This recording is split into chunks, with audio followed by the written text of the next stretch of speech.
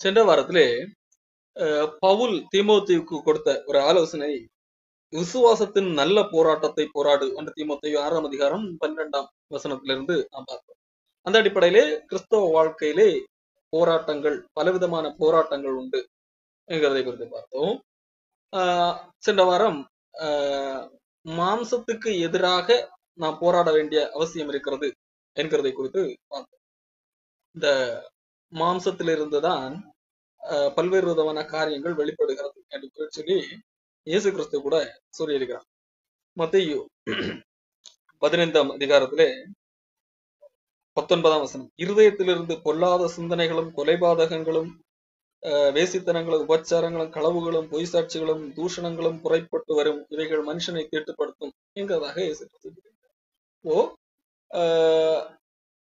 மனிதனுடைய மாமிசம், மனிதனுடைய சரீரம், இது பாவ மாம்ச சாயலாக காணப்படுகிறது. ஆதாம் பாவம் செய்த போது அவன் தேவ சாயலை இழந்து பாவ மாம்ச சாயலாக காணப்பட்டான். ஆகவேத்தான் இயேசு கிறிஸ்து இந்த பூமிக்கு வரும்போது கூட பாவ மாம்ச சாயலாக இந்த பூமிக்கு வந்தார் என்று சொல்லி எழுதப்பட்டிருக்கிறது.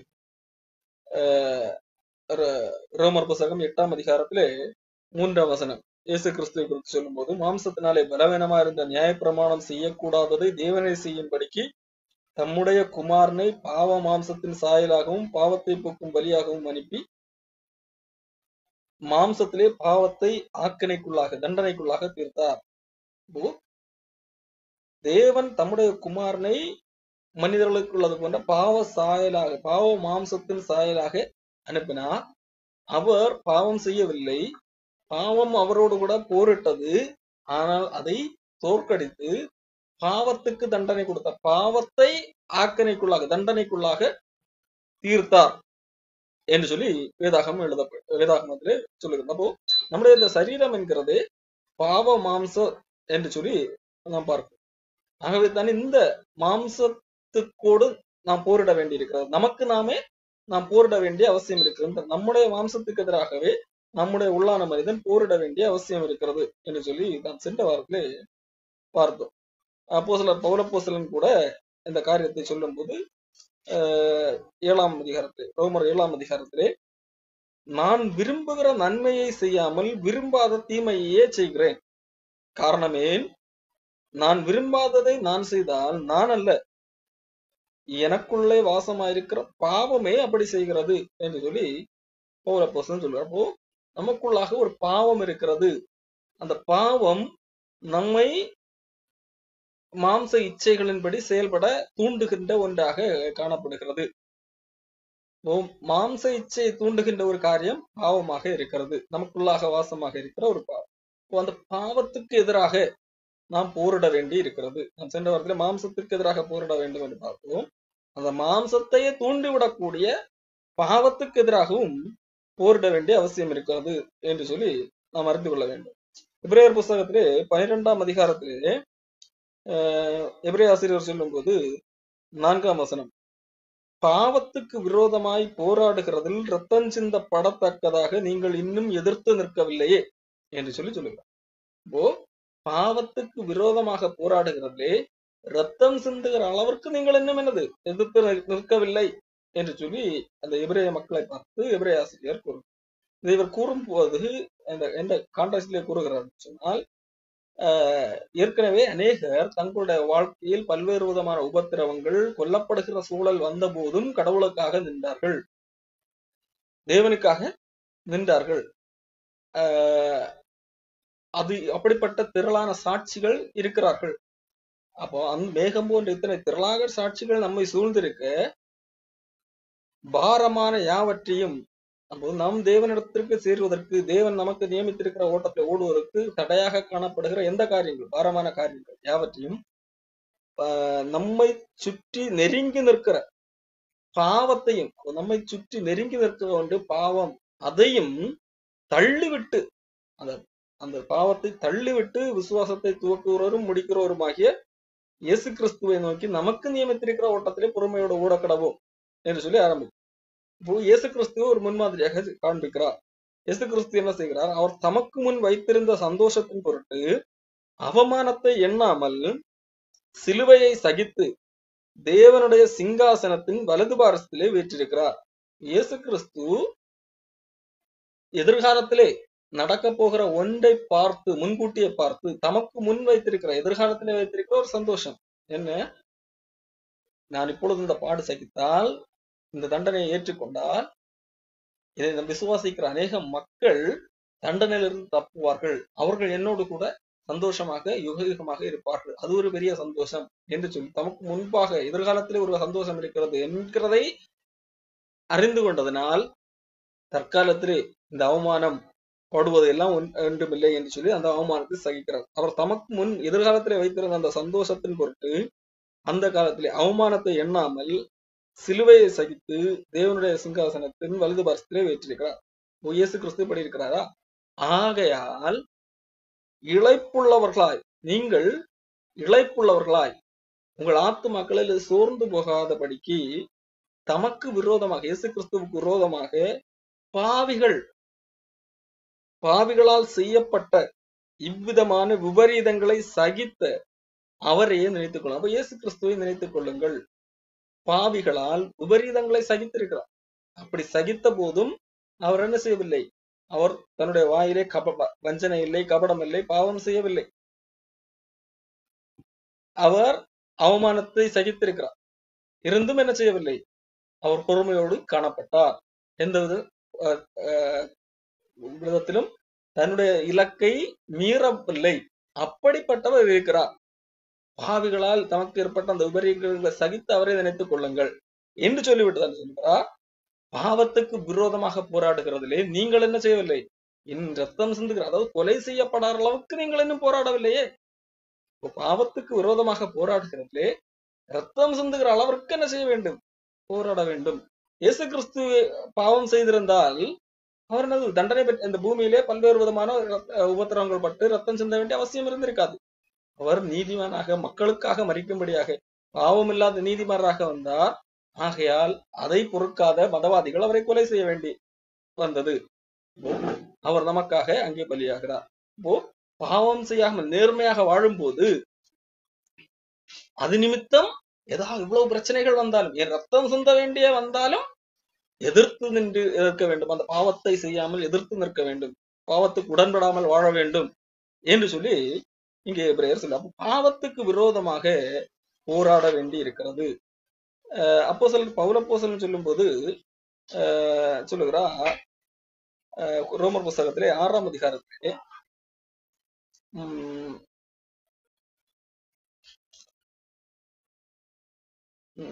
12ஆம் வசனம், நீங்கள் சரீர இச்சைகளின்படி பாவத்துக்கு கீழ்ப்படியத்தக்கதாக சாவுக்கு ஏதுவான உங்கள் சரீரத்தில் பாவம் ஆளாதிருப்பதாக. நீங்கள் இந்த சரீர இச்சைகளின்படி பாவத்துக்கு கீழ்ப்படியத்தக்கதாக. இந்த சரீர இச்சை இருக்கிறது அல்லவா, இந்த சரீர இச்சை எதற்கு நேராக செயல்படுத்தும்? பாவத்துக்கு கீழ்ப்படிய செய்யும். பாவம் தான் இந்த சரீர இச்சையை தூண்டி விடுகிறது. பாவத்துக்கு கீழ்பட்டும் சரீர இச்சைக்கு கீழ்ப்படியும் போது நாம் எதற்கு கீழ்ப்படுகிறோம்? சரீர இச்சைகளின்படி செய்யும் போதுதான் பாவத்துக்கு கீழ்ப்படுகிறோம். அப்படி செய்யாதபடிக்கு பாவம் உங்களை ஆளாதிருப்பதா. பாவம் நம்மை ஆட்சி செய்யக்கூடாது. நாம் பாவத்தை அடக்கி ஆள வேண்டும், பாவத்தை மேற்கொள்ள வேண்டும். பாவம் நம்மை ஆண்டு விடக்கூடாது என்று சொல்லி இங்கே பவுல் சொல்லு. அதற்காக நீங்கள் உங்கள் அவயவங்களை அநீதியின் ஆயுதங்களாக பாவத்துக்கு ஒப்புக்கூடாமல் உங்களுடைய சரீரங்களை பாவத்துக்கு ஒப்புக்கூடாது. பாவம் சொல்லு இதை அதை செய்ய சொல்லும் சரீரத்தை தூண்டிவிடும், இச்சைகளை தூண்டிவிடும். அதற்கு உடன்படாமல் உங்கள் சரீரங்களை தேவனுக்கு கீழ்ப்படியும்படியாக, தேவன் சொல்வதை கேட்க முடியாது, அதற்கு அடிமையாக ஒப்புக் கொடுங்கள். தேவனுக்கு கீழ்ப்படியாகும்படியாக ஒப்புக் கொடுங்க. பாவம் தூண்டும், மாம்ச இச்சையை தூண்டும், நான் அதற்கு கீழ்ப்படிய மாட்டேன், தேவன் சொல்வதற்கு தான் கீழ்ப்படிவேன் என்று சொல்லி ஒப்புக் கொடுங்கள் என்று சொல்லி சொல்லுங்க. அப்போ இதற்கு நாம் என்ன செய்ய வேண்டும்? ரோமர் ஒரு காரியத்தை எண்ணிக்கொள்ள வேண்டும். இதற்கு முந்தைய வசனத்திலே போல அதைத்தான் சொல்லுகிறார். ரோமர் 6ஆம் அதிகாரம் 10-11. அவர் மரித்தது பாவத்திற்கென்று ஒரு தரம் மரித்தார். இயேசு கிறிஸ்து பாவத்திற்காக மரித்து விட்டார். அவர் செய்த பாவத்திற்காக அவர் பாவம் செய்யவில்லை, மனிதர்களுடைய பாவத்திற்காக அவர் ஒரு தரம் மரித்தார். அவர் பிழைத்திருக்கிறது தேவனுக்கென்று பிழைத்திருக்கிறார். அதற்கு இப்பொழுது அவர் பிழைத்திருக்கிறார். யாருக்காக? தேவனுக்கென்று பிழைத்திருக்கிறார். அப்படியே அப்போ அதை விசுவாசிக்கிற நீங்கள் அப்படியே நீங்களும் அவரோடு கூட அந்த பாவத்திற்கு நீங்களும் மரித்தீர்கள் என்கிறதை எண்ணிக்கொள்ளுங்கள். நான் பாவத்துக்கு மரித்து விட்டேன், இனி நான் பாவத்துக்கு சரியாய்க்க மாட்டேன். பாவத்துக்கு மரித்தவர்களாகவும் தேவனுக்கென்று பிழைக்கிறவர்களாகவும் கர்த்தராகிய இயேசு கிறிஸ்துவுக்குள் தேவனுக்கென்று பிழைத்திருக்கிறவர்களாக எண்ணிக்கொள்ளுங்க. அப்ப நாம் எண்ணிக்கொள்ள வேண்டும், நம்மை நாமே எண்ணிக்கொள்ள வேண்டும். என்ன, இயேசு கிறிஸ்து பாவத்துக்கு என்று மரித்தார் அல்லவா, இப்பொழுது நானும் பாவத்துக்கு மரித்து விட்டேன், இப்பொழுது இயேசு கிறிஸ்து தேவனுக்கென்று பிழைத்திருக்கிறார், அதே போல நானும் தேவனுக்கென்று பிழைத்திருக்கேன் என்று எண்ணிக்கொள்ள வேண்டும். பொழுது இந்த பாவம் நம்மை ஆளாது, ஆட்சி செய்யாது. பாவம் நம்மை ஆண்டு விட கூடாது. அதுக்கு நாம் என்ன செய்ய வேண்டும் என்கிறத இன்னைக்கு நாம் பார்க்கணும். முதலாவது, பாவத்தை வெற்றி கொள்வதற்காக நாம் உண்மையை ஒத்துக்கொள்ளுகிறவர்களாக காணப்பட வேண்டும். உண்மையை ஒத்துக்கொள்ளுகிறவர்களாகவும் அதை ஒத்துக்கொண்டு அதிலிருந்து மனம் திரும்ப பிரயத்தனப்படுகிறவர்களாகவும் காணப்பட வேண்டும். இதைத்தான் வேதாகமத்திலே கொரிந்து புஸ்தகத்திலே நாம் பார்க்க முடியும். கொரிந்தியருக்கு பவுலப்போஸ்தலன் ஒரு காரியத்தை சொல்லுகிறார். நீங்கள் தவறு செய்து விட்டீர்கள் இவ்வளவு என்று சொல்லும் போது அடுத்த கடிதத்திலே அவர்கள் என்ன செய்தார்கள்? மனம் திரும்பி இருந்தார்கள். அவர்கள் தாங்கள் செய்தது தவறு என்று சொல்லி உணர்ந்தார்கள்.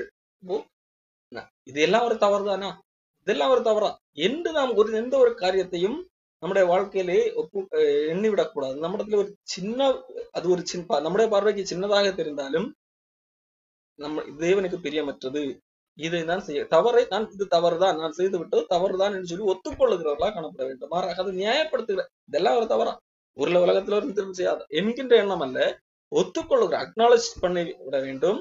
ஒத்துக்கொண்டு அதிலிருந்து திரும்புகிறவர்களாக காணப்பட வேண்டும். அங்கே அவர்கள் துக்கப்பட்டார்கள், தாங்கள் செய்த செயலுக்காக துக்கப்பட்டார்கள், துக்கப்பட்டு மனம் திரும்பினார்கள். ஆகவே தான் பவுலப்போஸ்தலன் 2 கொரிந்தியர் புஸ்தகத்திலே 7ஆம் அதிகாரத்திலே அவர்களை பாராட்டி எழுதுகிறார். நீங்கள் துக்கப்பட்டீர்கள், நீங்கள் வெறுமனே துக்கப்பட்டவர்கள் நீங்கள் துக்கப்பட்டதற்காக சந்தோஷப்படுகிறேன். எதற்காக துக்கப்பட்டீர்கள்? ஐயோ, பவுல் எங்களை கேவலமாக திட்டி பேசிவிட்டார் என்கிறதற்காக அல்ல. பவுல் பேசினதிலே உண்மை இருக்கிறது, நாங்கள் தவறு செய்து விட்டோம், ஐயோ கடவுளை துக்கப்படுத்தி விட்டோம் என்று சொல்லி துக்கப்பட்டு மனசாபப்பட்டீர்கள். மனம் திரும்புவதற்கு ஏதுவாக நீங்கள் துக்கப்பட்டீர்கள், அதற்காக நான் சந்தோஷப்படுகிறேன். 2 கொரிந்தியர் 7ஆம் அதிகாரம் 9ஆம் வசனம். நீங்கள் துக்கப்பட்டதற்காக அல்ல, மனம் திரும்புவதற்கு ஏதுவாக துக்கப்பட்டதற்காக சந்தோஷப்படுகிறேன். காரணம், தேவனுக்கு ஏற்ற துக்கம் பின்பு மனஸ்தாபப்படுவதற்கு இடமில்லாமல் ரட்சிப்புக்கு ஏதுவான மனம் திரும்புதலை கொண்டு வருகிறது, லௌகிகளுக்கும் மரணத்துக்கும். நாம் முதலாவது செய்கிற தவறுகளை, நாம் நம்மிடத்திலே உள்ள காரியங்களை உட்கார்ந்து ஆலோசித்து அது தப்புதான் என்பதை ஒத்துக்கொள்ள வேண்டும். பாவத்தை தோற்கடிப்பதற்கு, பாவத்தோடு எதிர்த்து அதை செய்யாமல் அதிலிருந்து விலகி வருவதற்கு நாம் நம்மிடத்திலே உள்ள காரியங்களை முதலாவது ஒத்துக்கொள்ள வேண்டும். இந்த காரியங்கள் நம்ம என்னிடத்திலே குறையாக இருக்கிறது என்பதை நாம் அறிந்து ஒத்துக்கொள்ள வேண்டும். ஒத்துக்கொண்டு அதற்காக துக்கப்பட்டு அதிலிருந்து மனம் திரும்ப வேண்டும். இதைத்தான் நீதிமொழிகள் புத்தகத்திலே சாலமன் கூறுகிறார். தன் பாவங்களை மறைக்கிறவன் வாழ்வடைய மாட்டான், மாறாக அவைகளை அறிக்கை செய்து விட்டு விடுகிறவனோ இரக்கம் பெறுகிறவனாக இருக்கிறான். மறைக்க கூடாது, அதை அறிக்கை செய்து விட்டு விடுகிறவர்களாக காணப்பட வேண்டும். அடுத்ததாக, இந்த பாவத்திலிருந்து வெற்றி பெறுவதற்கு அல்லது பாவத்தை தோற்கடிப்பதற்கு நாம் தேவனோடு உறவு கொள்ளுகிறவர்களாக, தேவனோடு உள்ள உறவிலே வலுப்பெறுகிறவர்களாக காணப்பட வேண்டும். நமக்கு சில நண்பர்கள் இருக்கலாம். ஒவ்வொரு நண்பர்களும் பல்வேறு விதமான குணாதிசயங்களை உடையவர்களாக இருக்கலாம். அப்போ அதிலே நாம் யாராலும் ஒருவர் மிக நெருங்கிய நண்பராக இருக்கலாம். நாம் அந்த நெருங்கிய நண்பரோடு அதிக நேரம் பழகக்கூடியவராக இருந்தால் அந்த நெருங்கிய நண்பருடைய சுபாவம், கேரக்டர் நம்மை தொற்றிக்கொள்ளும், நம்மை அறியாமலே நம்மை தொற்றிக்கொள்ளும். நாம் யாரோடு அதிக நேரம் பழகுகிறோமோ அவர்களுடைய அந்த செயல்கள் நம்மை தொற்றிக்கொள்ளுகின்ற ஒன்றாக காணப்படும். நாம் ரொம்ப ஒரு நல்ல குணம் சார்ந்த நல்ல மனிதர்கள், அவர்களோடு நாம் பழகினால் ஒருவேளை நம்மிடத்திலே கொஞ்சம் மோசமான காரியங்கள் காணப்பட்டால் கூட அவரோடு பழக பழக பழக அவருடைய கேரக்டர் நம்மை தொற்றிக்கொள்ள வாய்ப்பு அதிகம்.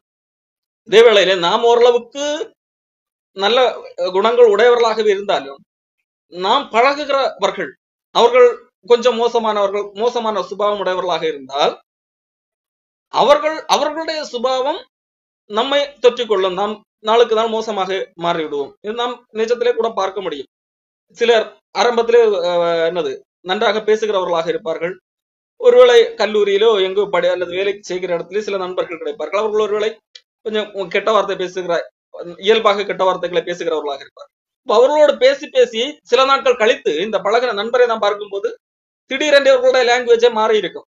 காரணம் இவர் அவர்களோடு கூட பழகுகின்ற ஒரு காரியம். அப்போ நாம் யாரோடு அதிக நேரம் பழகுகிறோமோ அவர்களுடைய சுபாவம் நம்மை தொற்றிக் கொள்ளுகின்ற ஒன்றாக இருக்கிறது. அப்படியானால் நாம் கடவுளோடு அதிக நேரம் பழக வேண்டும். கடவுளோடு அதிக நேரம் பழகுகிறதுக்கு பேர் தான் ஜெபம். நாம் தேவனோடு நாம் அதிக நேரத்திலே தேவனோடு நேரத்தை செலவிடுவதுதான் ஜெபம். ஜெபம் என்பது ஏதோ ஒரு சடங்கு அல்ல. இவ்வளவு நேரம் செய்ய வேண்டும் என்கின்ற ஏதோ ஒரு சடங்கு அல்ல. நாம் தேவனோடு உறவு கொள்வது, நாம் தேவனோடு அதிக நேரத்தை செலவிடுவது நம்மை பாவத்திலிருந்து விலக்கக்கூடிய ஒன்றாகவும் தேவனுடைய குணாதிசயங்கள் இயல்பாக நம்மிடத்தை வளரக்கூடிய ஒன்றாகவும் காணப்படும். தேவனோடு நேரத்தை செலவு செய்வது. அப்போ நாம் ஒரு சில காரியங்கள் சில விட முடியவில்லை, ஆனால் விட விரும்புகிறேன், விட முடியவில்லை, என்னால் முடியவில்லை என்று ஒரு காரியம் இருக்கிறது. அதற்காக தனிப்பட்ட அதிகபட்ச நேரங்களை செலவு செய்ய வேண்டும். வேதாகமத்திலே நாம் பழைய ஏற்பாட்டிலே நாம் பார்க்கும்போது பெரும்பாலும் ஏதாகிலும் ஒரு நாடு தவறு செய்யும், நாட்டு மக்கள் தவறு செய்வார்கள். அவர்களுடைய தவறுகள் அளவுக்கெட்டாமல் போகும்போது கடவுள் அந்த நாடுக்கு தண்டனை கொடுக்க வேண்டும் என்று நினைப்பார். உதாரணத்துக்கு நினிவே என்கின்ற பட்டணத்தை கூட வைத்துக் கொள்ளுங்கள். ஆண்டவர் அதற்கு முன்பதாக ஒரு வார்னிங் கொடுக்கிறார். இன்னும் 40 நாட்கள்ல உங்கள் இது கவிழ்க்கப்படுது. அப்பொழுதுதான் அவர்களுடைய தவறு அவர்களுக்கு உணரப்படுகிறது. அவர்கள் என்ன செய்கிறார்கள்? தங்களை தாழ்த்தி, ஐயோ நாங்கள் தவறு செய்து விட்டோம், ஆண்டவரே எங்களை மன்னித்துக் கொள்ளுங்கள் என்று சொல்லி யாரும் புசிக்காமலும் குடிக்காமலும் கடவுளை தேடுகிறவர்களாக இருக்கிறார்கள். கடவுளை தேடும் போது நம்மால் விட முடியாத காரியங்களை விடுவதற்கு அதிக நேரம் கடவுளுடைய சமூகத்திலே காணப்பட வேண்டும். அது நீண்ட எந்த அளவிற்கு நாம் இந்த காரியத்தை விட வேண்டும் என்று தீர்மானிக்கிறோமோ அந்த அளவிற்கு நேரத்தை செலவு செய்து, அந்த அளவிற்கு முக்கியத்துவம் கொடுத்து தேவனோடு நேரத்தை செலவிட வேண்டும். அதுதான் உபவாசம் அல்லது ஜபம் என்று சொல்லப்படுகிறது. மற்றபடி நாம் வெறுமனே ஏதோ ஒரு நேரத்தில் உணவை வெறுப்பதோ, ஒரு நேரத்தில் உணவு உண்ணாமல் இருப்பதோ, நான் பாஸ்டிங் செய்து விட்டேன் என்று சொல்லி கடமைக்காக சில சடங்குகளை செய்வது அல்ல. நாம் உண்மையிலேயே நாம் தேவனோடு இந்த காரியத்திற்காக எனக்கு உதவி தேவை, கடவுளோடு கூட நான் இருக்க வேண்டும். அப்போ கடவுளுடைய உதவி எனக்கு கிடைக்கும். தேவனிடத்துல நான் என்னுடைய காரியங்களை எல்லாம் ஷேர் பண்ணுகிறேன். நான் இந்த காரியங்கள் எல்லாம் இப்படி தவறுகிறேன், நான் உண்மை துக்கப்படுத்துகிறேன், அப்போ இது எல்லாம் என்னுடைய வீக்னஸ் ஆக இருக்கிறது, அப்போ எனக்கு இந்த விஷயத்துல உதவி தேவை என்று சொல்லி கடவுளிடத்துல மனமிட்டு பேசுவதுதான் ஜெபம் அல்லது உபவாசம். அதற்கென்று நாம் நேரத்தை செலவிடும் போது நாம் அதிலிருந்து கடவுள் நம்மை விடுவிக்கிறவராக காணப்படலாம். அடுத்ததாக கடவுளோடு உள்ள உறவு இருக்கிறது. கடவுளுடைய வார்த்தையை நாம் தியானிப்பதற்கு அதிக நேரத்தை செலவு செய்வது. சங்கீதத்திலே 119 சங்கீதத்திலே சங்கீதக்காரன் சொல்லும் போது கூட, சங்கீதம் 119:9 பாருங்கள், வாலிபன் தன் வழியை எதனால் சுத்தம் பண்ணுவான்? உமது வசனத்தின்படி தன்னை காத்துக் கொள்ளுகிறதுனால. வசனத்தின் மூலமாக வேத வசனங்களை கற்றுக்கொண்டு அந்த வசனத்தின்படி நடக்கும் போது சுத்தம் பண்ண முடியும். வேத வசனத்தின்படி நடக்க வேண்டும் என்றால் அந்த வேத வசனத்தை முதலாவது என்ன செய்ய வேண்டும்? அதிக அளவிலே கற்றுக்கொள்ள வேண்டும். வேத வசனத்தை அதிக அளவிலே கற்றுக்கொண்டால் தானே அதன்படி நடக்க முடியும். அப்போ வேத வசனத்தை கற்றுக்கொள்வதற்கு அதிக நேரத்தை செலவு செய்கிறவர்களாக காணப்பட வேண்டும்.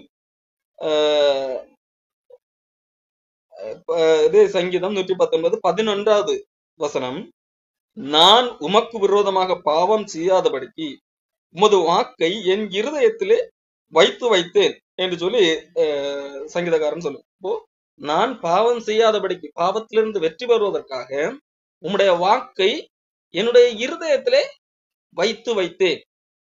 அப்போ நாம் கடவுளுடைய வார்த்தைக்கு எந்த அளவிற்கு நேரத்தை செலவு செய்கிறோம்? நாம்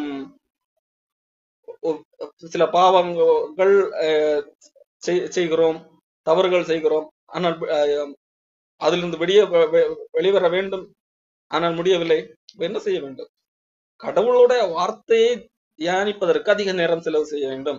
அப்பொழுது முதலாவது இந்த பாவம் செய்வதற்கு முதலாவது நேரமே கிடைக்காமல் போகக்கூடிய வாய்ப்பு உண்டு. அடுத்ததாக நாம் வேதாகமத்தின் மூலமாக கடவுளோடு உள்ள தொடர்பு ஏற்படும் போது கடவுளை பற்றி அறிய கடவுளுடைய சுபாவத்தின் தாக்கம் நம்மிடத்துல ஏற்படும். நான் ஏற்கனவே சொன்னது போல நாம் யாரோடு அதிக நேரம் பழகுகிறோமோ அவர்களுடைய தாக்கம் நம்மிடத்துல ஏற்படுவது போல கடவுளோடு அதிக நேரம் பழக கடவுளுடைய தாக்கம், கடவுளோடு பழகுகிறது என்பது இரண்டு காரியம். ஒன்று, நம்மை குறித்து கடவுளுக்கு தெரியப்படுத்துவது, அதற்காக நேரத்தை கடவுளுடைய உதவியை பெற்றுக்கொண்டு கடவுளிடத்திலே பேசுவது. நான் இந்த காரியங்கள்ல வீக்காக இருக்கிறேன், நான் பேசுவது. அடுத்ததாக கடவுளுடைய வார்த்தையை தியானிப்பது. அவர் எப்படிப்பட்டவர், அவர் என்ன செய்திருக்கிறார் என்று சொல்லி கடவுளுடைய வார்த்தையை தியானிக்கும் போது அதை இருதயத்திலே ஏற்றுக்கொள்வது, அது நம்மை பாவத்திலிருந்து காப்பாற்றுகிற ஒன்றாக இருக்கிறது. அடுத்ததாக நம்முடைய பழக்கங்கள். நான் ஏற்கனவே சொன்னதை போல கடவுள் நாம் யாரோடு அதிகமாக நேரம் பழகுகிறோமோ அவர்களுடைய தாக்கம் நம்மிடத்துல அதிகமா இருக்கும் என்று சொன்னேன் அல்லவா? அப்போ சிலருடைய பழக்கங்களை துண்டிக்க வேண்டி வந்தால் துண்டிக்க வேண்டும். நாம் உட்கார்ந்து வந்தாலாவது யோசிக்க வேண்டும், நம்மை நாமே நிதானித்தறிய வேண்டும். நான் ஏன் இந்த காரியங்களில் சிக்கி இருக்கிறேன், என்னால் ஏன் இதை விட முடியவில்லை, ஏன் நன்மை செய்ய வேண்டும் என்று விரும்புகிறேன் ஆனால் என்ன நன்மை செய்ய முடியவில்லை, இதற்கு நான் பழகுகிற சூழல் காரணமா, நான் இந்த இடத்துல வேலை செய்கிறது தான் காரணமா, இந்த இடத்துல நான் இருக்கிறது தான் காரணமா என்று சொல்லி, அல்லது வேறு ஏதாவது காரணமா, நான் இதை அதிக நேரம் பார்ப்பதுதான் காரணமா என்று சொல்லி சிந்தித்து பார்க்க வேண்டும். அப்படி சிந்தித்து பார்த்து அது ஏதாவது ஒரு தடையாக இருக்கின்றால் அதை விட்டு விலக வேண்டும். இதைத்தான் சங்கீதம் 1:1 நமக்கு தெளிவாக சொல்லுகிறது. துன்மார்க்கருடைய வழியிலே நடவாமல் பாவிகளுடைய வழியிலே நில்லாமலும் பரியாசக்காரர் உட்காரும் இடத்துல உட்காராமல் கர்த்தருடைய வேதத்தில் இரவும் பகலும் தியானமாக இருக்கிற மனுஷன் பாக்கியவான் என்று சொல்லி. அப்போ இந்த மாதிரி எந்தெந்த இடங்களிலே இருக்கக்கூடாதோ அவைகளை அகற்ற வேண்டிய ஒரு காரியம் இருக்கிறது. அப்போ கடவுளுடைய வேதத்துக்கு, கர்த்தருடைய சமூகத்திலே அல்லது தேவனோடு கூட நேரம் செலவிடுவதற்கு அதிக அளவுல முக்கியத்துவம் கொடுக்க வேண்டும். அதே வேளையிலே எதெல்லாம் தேவையற்ற காரியங்களோ அவைகளை நம்முடைய வாழ்க்கையிலிருந்து அகற்றவும் முக்கியத்துவம் கொடுக்க, அவைகளை அகற்றுவதற்கு நாம் முனைப்பு காட்ட வேண்டும். அப்படி அகற்றிவிட்டு அந்த நேரத்தை தேவனோடு நேரத்தை செலவிடுவதற்கு நாம் பயன்படுத்துகிறவர்களாக காணப்பட வேண்டும். அடுத்ததாக நாம் செய்கிற செயல்கள், நம்முடைய பொழுதுபோக்கு அல்லது வேறு ஏதாவது செயல்கள் செய்வோம்ல, அந்த செயல்கள் ஒருவேளை மொபைல் அடிக்ஷன், இப்படி டிவி பார்க்கிறது, இப்படி ஏதோ ஒரு காரியங்கள், இப்ப இதுதான் ஒரு காரணமா, அப்ப அதற்கு ரீப்ளேஸ் என்றாக வேறு தவறில்லாத வேறு நல்ல காரியங்கள் செய்வது, நல்ல நல்ல புத்தகங்கள் படிப்பது, வேறு ஏதாகலும் பயனுள்ள காரியங்கள் செய்வது, அந்த நேரத்தில் பலருக்கு உதவி செய்வது, வேறு ஏதாகலும் வேலையில ஈடுபடுவது, கை தொழில்கள் செய்வது, இப்படி எந்தெந்த காரியங்கள் நம் ஏற்கனவே சொன்ன நம்மை நாமே நிதானித்து பார்க்க வேண்டும். எந்தெந்த இதன் மூலமாக இந்த பாதிப்பு வருகிறதா என்று சொல்லி பார்த்து அந்தந்த காரியங்களுக்கு மாற்றாக வேறு பயனுள்ள வழிகளை கண்டுபிடிப்பது. உதாரணத்துக்கு வேதாகமத்திலே கூட ஒரு வாசனம் இருக்கிறது. சில ஒரு மாற்றத்திற்காக பவுலப்போஸ்தலன் சில அங்கங்கே சில ஆலோசனைகளை கொடுக்கிறார். எபேசியரின் புத்தகத்திலே 5ஆம் அதிகாரத்திலே 18ஆம் வசனம், துன்மார்க்கத்துக்கு ஏதுவான மதுவான வெறி கொள்ளாமல். துன்மார்க்கத்துக்கு ஏதுவானது ஒரு மதுபான வெறி. ஒரு மது போதை பழக்கத்துக்கு அடிக்ஷன் ஒருவர் இருக்கு. அப்போ நீ அது கொள்ளாது, அதற்கு பதிலாக நீ என்ன பண்ணு, அந்த நேரத்தை அதற்கு அதுக்கு ஒரு நேரம் கிடைக்கிறது இல்லவா, அதற்கு பதிலாக நீ இதை பண்ணு என்று சொல்லி ஒரு ஆலோசனை கொடுக்க. ஆவியினாலே நிறைந்து, பரிசுத்த ஆவியினாலே நிறைந்து சங்கீதங்களினாலும் கீர்த்தனைகளினாலும் ஞானப்பாட்டுகளினாலும் ஒருவருக்கு ஒருவர் புத்தி சொல்லிக் கொண்டு உங்கள் இருதயத்திலே கர்த்தரை பாடி கீர்த்தனம் பண்ணி நம்முடைய கர்த்தராக இயேசு கிறிஸ்துவ நாமத்தினாலே எப்பொழுதும் எல்லாவற்றிற்காகவும் பிதாவாகிய தேவனை ஸ்தோத்தரித்து என்று சொல்லி வேறு சில நல்ல காரியங்களை எல்லாம் எழுதி வைத்திருக்கு. அப்போ இதற்கு பதிலாக இதை செய். மதுபான வெறி கொள்வதற்கு பதிலாக நீ கர்த்தரே பக்தியுடன் பாடு, ஆவியினாலே நிறைந்து. அப்போ கடவுள் ஆவியானவர் இருக்கிறார். அந்த ஆவியானவர் கொடுக்கிற அந்த ஆவியானவரை பயன்படுத்து. அதாவது ஆவியானவர் பயன்படுத்து என்று சொன்னால் ஆவியானவர் நமக்குள்ளாக இருந்து பேசிக் கொண்டிருக்கிறார். அந்த ஆவியானவர் பேசுவதை கேட்டு அதற்கு பதிலாக நீ பாட்டு பாடு, பாட்டு பாடி புத்தி சொல்லு, கடவுளுக்கு நன்றி, பாட்டு பாடி நன்றி சொல்லு. அப்போ இதற்கு மாற்றாக இது. இந்த காரியம் நம்மை தீமை தவறுக்கு நேராக அழைத்து செல்கிறது. அப்போ இது பாவம் செய்ய வைக்கிறது. அதற்கு மாற்றாக வேறு இந்த காரியத்தை செய்யலாம் என்கிறது போன்ற ஒரு காரியம். மேலும் எபேசியர் 4ஆம் அதிகாரத்திலே 28ஆம் வசனம், திருடுகிறவன், அப்போ திருட்டு அல்லது அநியாயமாய் சம்பாதிக்கிறது. எதற்காக அநியாயம் சம்பாதிக்கிறது அல்லது திருடுகிறவன்? கையில காசு இல்லை, கையிலே சாப்பாட்டுக்கு காசு இல்லை, திருட வேண்டி இருக்கிறது. அப்போ அதற்கு பதிலாக நீ திருடாதே, அதற்கு மாற்றாக நீ என்ன பண்ணு, நல்ல வேலை செய், நல்ல வேலையை கண்டுபிடித்து நல்ல வேலை செய். அப்போ என்னது, அநியாயமாக அடுத்தவர்களுடைய பொருளை எடுக்க வேண்டியிருக்காது, அடுத்தவர்களை ஏமாற்றி சம்பாதிக்க வேண்டியிருக்காது. இதற்கு மாற்றாக இதை செய். திருடுகிறவன் இனி திருடாமல் குறைச்சல் உள்ளவனுக்கு கொடுக்கத்தக்கதாக. என்னது, திருட வேண்டியிருக்காது, நீ என்னது குறைச்சல் உள்ளவனுக்கு கொடுக்கலாம், நீ என்னது மற்றவர்களுக்கு கொடுக்கலாம். அதற்கு நீ என்னது செய்ய வேண்டும், திருட்டு செய்வதற்கு பதிலாக நீ நல்ல வேலை செய். உடலை பயன்படுத்தி, உடல் உழைப்பை பயன்படுத்தி நல்ல வேலை செய், அல்லது மூளையை பயன்படுத்தி நல்ல வேலை செய், நல்ல வேலை செய். திருட்டு என்பது திருட்டையும் தொழில் என்று சொல்வார்கள் சிலர், திருட்டு தொழில். அப்போ அதுவும் ஒரு வேலை சிலர், அது தப்பான வேலை. அப்போ தப்பான வேலைக்கு பதிலாக நல்ல வேலை செய், அப்போ நலமான வேலை செய்து பிரயாசப்படு, கஷ்டப்படு. ஒருவேளை திருட்டு வேலை என்பது எளிதாக இருக்கலாம், அதனால அதை திருட்டை சூஸ் பண்ணல. ஒருவேளை அதிக பணமும் கிடைக்கலாம், ஆனால் அது தப்பு. அதற்கு பதிலாக இதை செய். அதற்கென்று ஒரு நேரம் இருக்கிறது அல்லவா? ஏதோ ஒரு வேலை செய்வதற்கு ஒரு நேரம் இருக்கிறது. அந்த நேரத்தை இதற்கு பயன்படுத்து.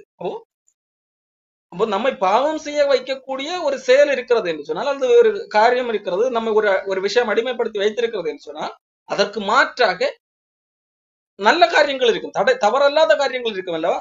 அதிலே நம்மை நாமே ஈடுபடுத்திக் கொள்ள வேண்டியது அவசியமாக இருக்கிறது. அடுத்ததாக 1 பேதுரு புஸ்தகம் 2ஆம் அதிகாரம் 12ஆம் வசனத்திலே பேதுரு சொல்லுகிறார், பிரியமானவர்களே, அந்நியர்களும் பரதேசிகளுமாய் இருக்கிற நீங்கள் ஆத்மாவுக்கு விரோதமாக போர் செய்கிற மாம்ச இச்சைகளை விட்டு விலகி, புறஜாதிகள் உங்களை அக்கிரமக்காரர் என்று விரோதமாய் பேசும் விஷயத்திலே அவர்கள் உங்கள் நற்கிரியைகளை கண்டு அவற்றின் நிமித்தம் சந்திப்பின் நாளிலே தேவனை மகிமைப்படுத்தும்படி நீங்கள் அவர்களுக்குள்ளே நல்ல நடக்கையுள்ளவர்களாக நடந்து கொள்ளுங்கள் என்று சொல்லி பத்தி சொல்லுங்க. இப்ப பேதுரு அங்க என்ன சொல்லுகிறா, நீங்கள் ஆத்மாவுக்கு விரோதமாக போர் செய்கிற மாம்ச இச்சைகள். நான் ஏற்கனவே சொன்னேன், நம்முடைய ஆத்மாவுக்கு விரோதமாக இந்த மாம்சம் போர் செய்து கொண்டுதான் இருக்கிறது. அப்ப நாம் அதிலே வெற்றி பெற வேண்டும். அதிலே அப்படி வெற்றி பெறும்படியாக அந்நியர்கள், சுற்றியுள்ளவர்கள், அதாவது கிறிஸ்தவர் அல்லாத மக்கள் உங்களை குறித்து தப்பாக பேசுகிறார்கள். உங்களுடைய செயல்களை குறித்து எந்தெந்த விஷயங்களை தப்பாக பேசுகிறார்களோ அப்போ உங்களுடைய செயல்கள் மோசமாக இருக்கு. அதற்கு பதிலாக நீங்கள் நற்கிரியைகளை செய்யுங்கள். அவர்கள் உங்களை சந்திப்பின் நாளிலே தேவனை மகிமைப்படுத்தும்படியாக நற்கிரியைகளை செய்யுங்கள், இதற்கு பதிலாக இதை செய்யுங்கள் என்று சொல்லி சொல்லுகிறார். அப்போ ஒருவேளை அதிக நேரம், நீண்ட நேரம் ஏதாக வேறு தேவையற்ற காரியங்களை பார்க்கிறவர்களாக அந்த நேரத்துக்கு அதற்கு பதிலாக இவர் நல்ல புத்தகத்தை படி, வேதாகமத்தை படி, அல்லது 24 மணி நேரம் வேதாகமத்தை தான் படிக்க வேண்டும், அப்படி அல்ல, தவறல்லாத வேறு பல காரியங்கள் இந்த உலகத்திலே உள்ளது. நம்மை கெடுக்காத பல காரியங்களும் வேதத்தில் உள்ளது. நல்ல காரியங்கள், மற்றவர்களுக்கு நல்ல செயல்கள் செய்யக்கூடிய காரியங்கள், உதவி செய்யக்கூடிய காரியங்கள். அப்போ அதிலே அந்த மாதிரி காரியங்களை செய் என்பதாக வேதாகமம் நமக்கு ஆலோசனை சொல்லுகின்ற ஒன்றாக இருக்கிறது. அப்போ இப்படித்தான் நாம் பாவத்தை ஜெயிக்க முடியும். அடுத்ததாக, ஒரு பாவத்தை தோற்கடிக்கிறதற்கு நமக்கு ஒரு நல்ல ஃபெல்லோஷிப் தேவை. அதுவும் முக்கியமான ஒரு காரியம். நம்ம இயேசு கிறிஸ்துவால் ரட்சிக்கப்பட்டவர்கள் கிறிஸ்துவின் சரீரமாகிய சபையிலே இணைக்கப்படுகிறார். இப்போ சரீரமாகிய சபை அப்படிங்கிறது வெறும் ஒரு தனிநபர் அல்ல, ரட்சிக்கப்பட்ட ஒட்டுமொத்த மக்களும் சேர்ந்த ஒரு கூட்டம் தான் சபை. அவர்கள் ஒருவருக்கொருவர் உதவி செய்கிறவர்களாகவும் ஒருவருக்கொருவர் அந்யோன்யமாக நடந்து கொள்ளுகிறவர்களாக இருக்க வேண்டும். அதுதான் சபை. இதத்தான் எபிரேயர் 10ஆம் அதிகாரத்துல எபிரேய ஆசிரியர் சொல்றார், சபை கூடி வருதலை சிலர் விட்டு விடுகிறது போல நீங்கள் விட்டு விடாதிருங்கள் அப்படின்னு சொல்றாரு இல்லையா. அதுக்கு காரணம் இதுதான். ஏன்னா 24ஆம் வசனம், அதாவது எபிரேயர் 10:24, அன்புக்கும் நற்கிரியைகளுக்கும் நாம் ஏவப்படும்படி ஒருவரை ஒருவர் கவனித்து சபை கூடி வருதலை சிலர் விட்டு விடுகிறது போல நாமும் விட்டு விடாமல் ஒருவருக்கொருவர் புத்தி சொல்ல கடவோம். நாளானது சமீபித்து வருகிறதை எவ்வளவாய் பார்க்கிறீர்களோ அவ்வளவாய் புத்தி சொல்ல வேண்டாம். ஒருவருக்கு கடவுள் ரட்சிக்கப்பட்டவர்களை அப்படியே தனியா நீ இருந்துக்கோ அப்படி சொல்லி விடுறல. ரட்சிக்கப்பட்டவங்க எல்லாம் சேர்ந்து இருந்துக்க அப்படின்னு சொல்றாரு. இயேசு கிறிஸ்து தன்னுடைய சீடர்களிடத்துல சொல்லும் போது, நீங்கள் ஒருவரில் ஒருவர் அன்பாக இருந்தால் என்னுடைய சீடர்கள் என்று சொல்லி எல்லாரும் அறிந்து கொள்வார்கள். அப்போ முதல்ல நம்ம உள்ள அன்பாக இருந்தா மத்தவங்க என்னது, இவர்கள் இயேசு கிறிஸ்துவின் சீடர்கள் அப்படின்னு சொல்லி அறிந்து கொள்வார். இப்போ நம்ம ஒருவருக்கொருவர் அன்புள்ளவர்களாக இருக்க வேண்டும், ஒருவருக்கொருவர் புத்தி சொல்லுகிறவர்களாக இருக்க வேண்டும். அப்போ அதற்கு என்ன தேவை? சரியான நபர்களோடு ஐக்கியம் தேவை. அப்போ ஒரு குட் ஃபெல்லோஷிப் கேதரிங். கலாத்தியர் புஸ்தகத்துல கூட 6ஆம் அதிகாரத்துல படிப்பீங்கன்னா, கலாத்தியர் 6:1, சகோதரரே ஒருவன் யாதொரு குற்றத்தில் அகப்பட்டா, அப்போ இந்த கூட்டுக்கை, அதாவது கிறிஸ்தவர்கள் ஒரு குற்றத்தில் அகப்பட்டுட்டான், ஒரு ஏதோ ஒரு வீக்னஸ்ல விழுந்துட்டான், ஒரு பாவம் பண்ணிட்டான், தப்பு பண்ணிட்டான். ஆவிக்குரியவர்களாக நீங்கள், அந்த கூட்டத்தில் உள்ள நீங்கள் சாந்தமுள்ள ஆவியோட அப்படிப்பட்டவனை சீர்பொருந்த பண்ணுங்கள். அப்போ அவனை என்ன பண்ணுங்க? சீர்பொருந்த பண்ணுங்கள். நீயும் சோதிக்கப்படாதபடிக்கு உன்னை குறித்து எச்சரிக்கையாரு. அப்போ நீ அவனை சீர்பொருந்த பண்ண போற போது நீ என்னது அந்த பாவத்துல விழுற அளவுக்கு போயிடக்கூடாது. அது நீ கேர்ஃபுல்லாக இருந்து அவனை திருப்பி கொண்டு வா. அவனுக்கு புத்தி தேவையா, உதவி தேவையா, எந்த விதத்துல உதவி தேவை, அவன் ஏன் அதனால பண்றான், ஏதாவது டிராப்ல மாட்டி இருக்கானா, தெரியாம ஏதாவது டிராப்ல மாட்டி, அப்ப வந்து அதுல இருந்து எப்படி கொண்டு வர்றது, அதுக்கு தைரியம் கொடு. இல்ல அதுக்கு இந்த டிராப்பு இது வெளியே தெரிஞ்ச அசிங்கம் அவமானம்னு நினைக்கிறானா, இல்ல அப்ப அவனுக்கு என்ன பண்ணும், இல்ல வெளியே தெரிஞ்சாலும் அந்த அசிங்கம் பரவாயில்ல, ஆனா வெளியே வர்றதா முக்கியம். இப்படி அது அந்த சூழ்நிலைக்கு ஏற்ப ஏதோ பேசி அவர்களை வெளியே கொண்டு வருவது. இதற்கு என்ன தேவை? சரியான நபர்களோடு, அதாவது கிறிஸ்துவால் உண்மையாக ரட்சிக்கப்பட்டவர் அப்படிப்பட்டவர்களோடு ஒரு ஐக்கியம் தேவை. அப்படி சொல்லிட்டுதான் கலாத்தியர்ல பவுல் சொல்றாரு, ஒருவர் பாரத்தை இப்படி ஒரு பாரத்தை ஒருவர் சுமந்து இப்படியே கிறிஸ்துவனுடைய பிரமாணத்தை நிறைவேற்றுங்கள் அப்படின்னு சொல்லிட்டு சொல்றாங்க. ஒருவர் பாரத்தை மற்றவர்கள் சுமக்கக்கூடியவர்களாக இருக்கும். இதுக்கு என்ன தேவை? ஒரு நல்ல ஐக்கியம் தேவை. அவன் எக்கெடு கெட்டு போனா எனக்கு என்ன அப்படிங்கிற மனநிலை அல்ல. எப்படிப்பட்ட மனநிலை இருந்துச்சு தெரியுமா? இயேசு கிறிஸ்துவ யூதாசு காட்டி கொடுத்தான் 30 வெள்ளிக்காசு காட்டி கொடுத்தது. அவன் என்ன நினைச்சான்னு தெரியல. இயேசு கிறிஸ்து இப்ப சிலுவையில போகும்போது அவனுக்கு ஐயோ நான் தாம் பாவனது தப்பு அப்படின்னு சொல்லிக்கிட்டு தெரிய வரும்போது என்ன பண்ணுகிறான், அவன் கொடுத்த அந்த வாங்கின அந்த வெள்ளிக்காசை அப்படியே அவங்க கிட்ட கொடுத்துட்டு, இயேசு கிறிஸ்து எப்படியாவது இது விடுதலை பண்றதுக்கு ஏதாவது வழி உண்டான்னு சொல்லிட்டு கேட்கும்போது தன்னுடைய இயலாமை குறித்து சொல்றான். தாம் படுகிற அந்த வேதனை குறித்து சொல்லும் போது அவர்கள் சொன்ன வார்த்தை என்ன தெரியுமா?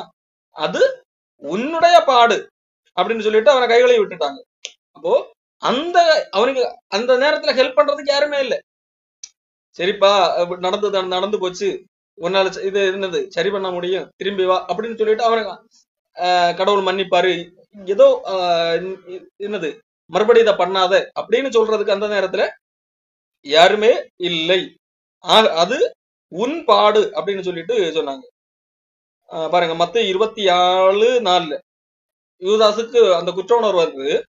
குற்றமில்லாத ரத்தத்தை நான் காட்டி கொடுத்ததுனால் பாவம் செய்தேன் என்றான். அதற்கு அவர்கள், அது எங்களுக்கு என்ன, நீ பாவம் செஞ்ச எங்களுக்கு என்ன, அது உன் பாடு என்றார்கள்.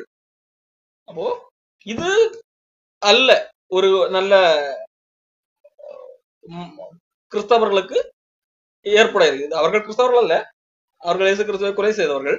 அப்போ கிறிஸ்தவர்களுக்குள்ளாக சரியான நம்பிக்கையில் இணைந்திருக்கிறவர்கள், அப்படி நம்பிக்கையில இணைந்திருந்தால் இதுதான் நம் பாவத்திலே விழாமல் நம்முடைய சகோதரர்கள் உதவி செய்கிறவர்களாக இருப்பார்கள்.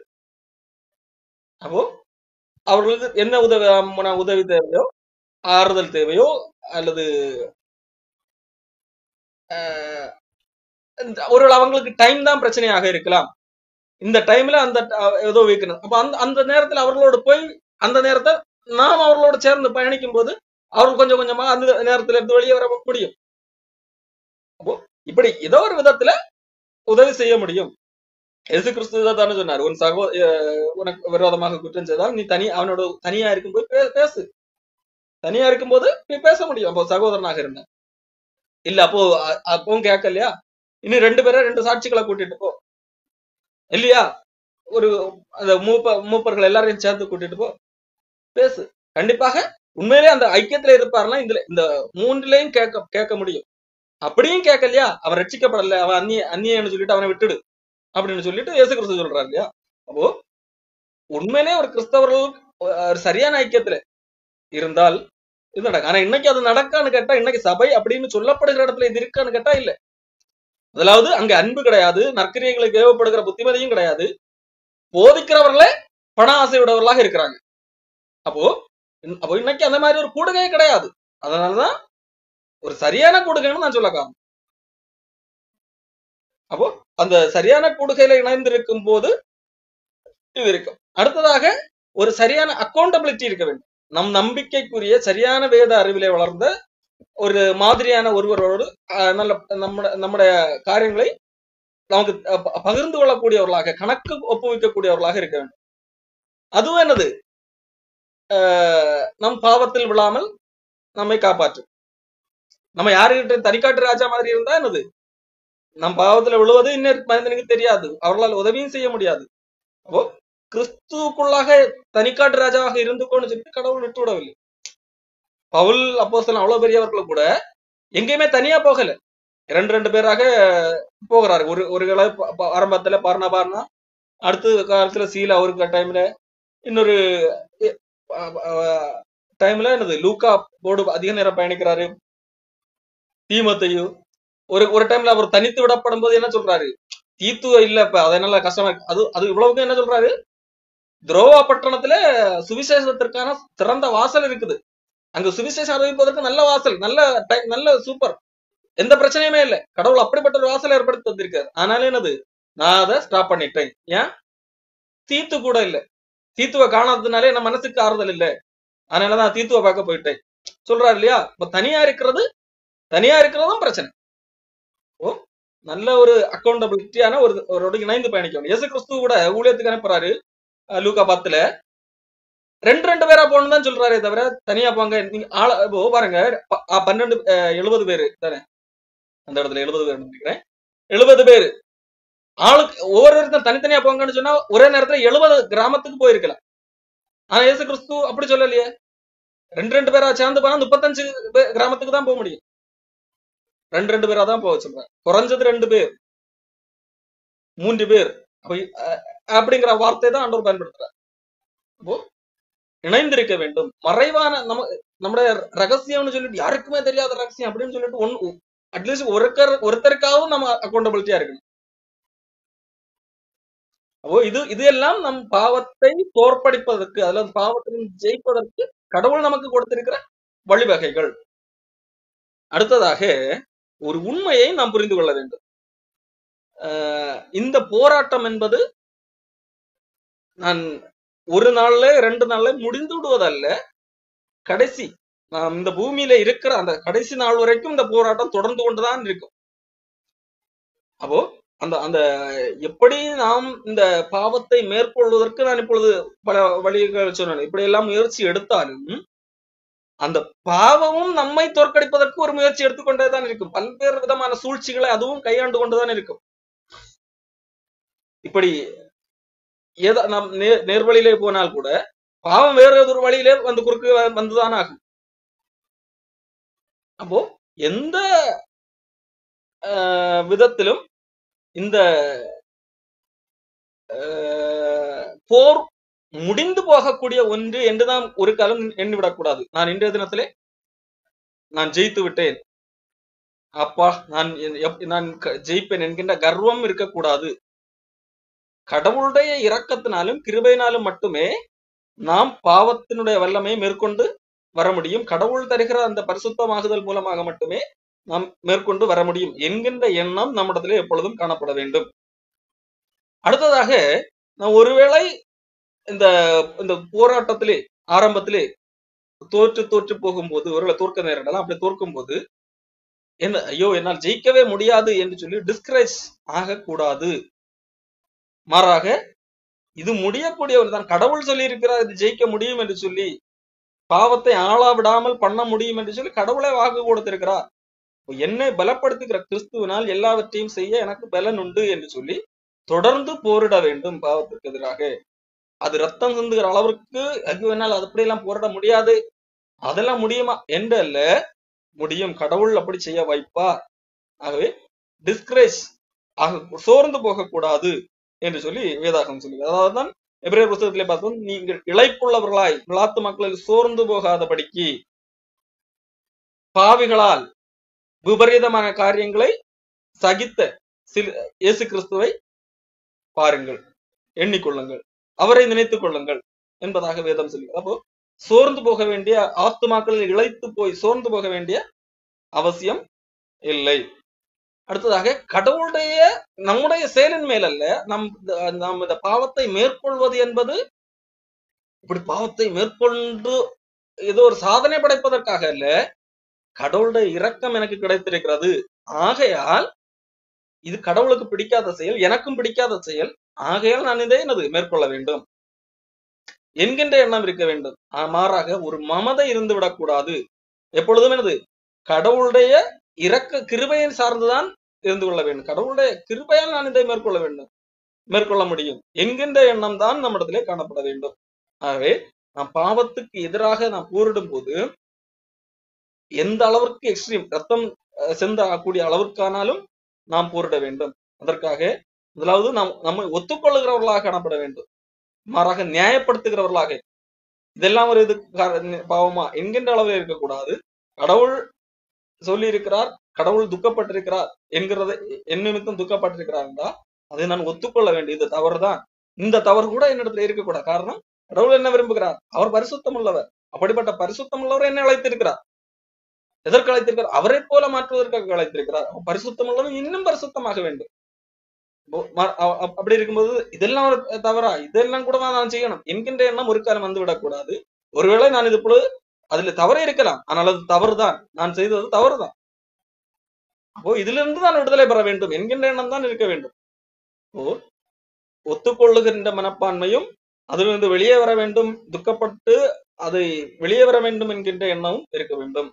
அடுத்ததாக நாம் நேரத்தை கடவுளோடு கூட செலவு செய்கிறவர்கள், தேவனோடு உள்ள உறவிலே அதிக நேரம் செலவு செய்கிறவர்களாக காணப்பட வேண்டும். அதாவது தேவனோடு கூட நமக்கு இருக்கிற பிரச்சனைகளை பகிர்ந்து கொள்வதற்கு, இந்த இடம் காரியங்கள் எல்லாம் வீக்காக இருக்கு, எனக்கு உதவி தேவை என்று சொல்லி பகிர்ந்து கொள்ளுகிறதற்கு ஜெபம், உபவாசம், தேவனை பற்றி நாம் புரிந்து கொள்வதற்கு, தேவனோடு கூட பழகுவதற்கு, தேவனை அறிந்து இன்னும் அதிகமாக அறிந்து கொள்வதற்கு, தேவனுடைய சுபாவத்தை நம்மிடத்திலே உள்வாங்கிக் கொள்வதற்கு வேதாகம வசனத்தை கற்றுக்கொள்ளுகிற காரியம். அடுத்ததாக தேவையற்ற நம்மை நாமே சோதித்து பார்த்து, எதனால் இந்த பாவங்களிலே நான் மறுபடி தோற்று போகிறேன் என்று ஆராய்ந்து பார்த்து, அந்த எந்தெந்த காரியங்கள் எனக்கு இடரலாக இருக்கிறதோ அவைகளை கட் பண்ணி விடுவது. அது மனிதர்களாக இருந்தாலும் சரி, ஒரு கருவிகளாக இருந்தாலும் சரி, சூழ்நிலைகளாக இருந்தாலும் சரி, அவைகளெல்லாம் நம்மை விட்டு அகற்றி விடுவது. உதாரணத்திற்கு தாவீது, எல்லாரும் யுத்தத்துக்கு போகிறார்கள், ராஜாக்கள் எல்லாம் யுத்தத்துக்கு போக வேண்டிய அந்த காலத்திலே அவன் மட்டும் போகவில்லை. அப்படி போகாமல் இருந்து மாடியிலே உட்கார்ந்து பார்த்து கொண்டிருக்கிறான். பார்க்கும்போது எதேச்சாக ஒரு பெண்ணை பார்க்கிறான். அப்பொழுது என்ன பண்ணிருக்க வேண்டும்? அது அவனுக்கு ஒரு ஆரம்பத்திலே ஒரு இச்சை தோன்றின உடனே இப்போ நம்ம இந்த இடத்துல இருக்கக்கூடாது என்று நினைத்து அறையிலே போயிருக்க வேண்டும், அல்லது வேற ஏதாவது வேலையில் ஈடுபட்டிருக்க வேண்டும், கான்சன்ட்ரேஷனை மாற்றி இருக்க வேண்டும்.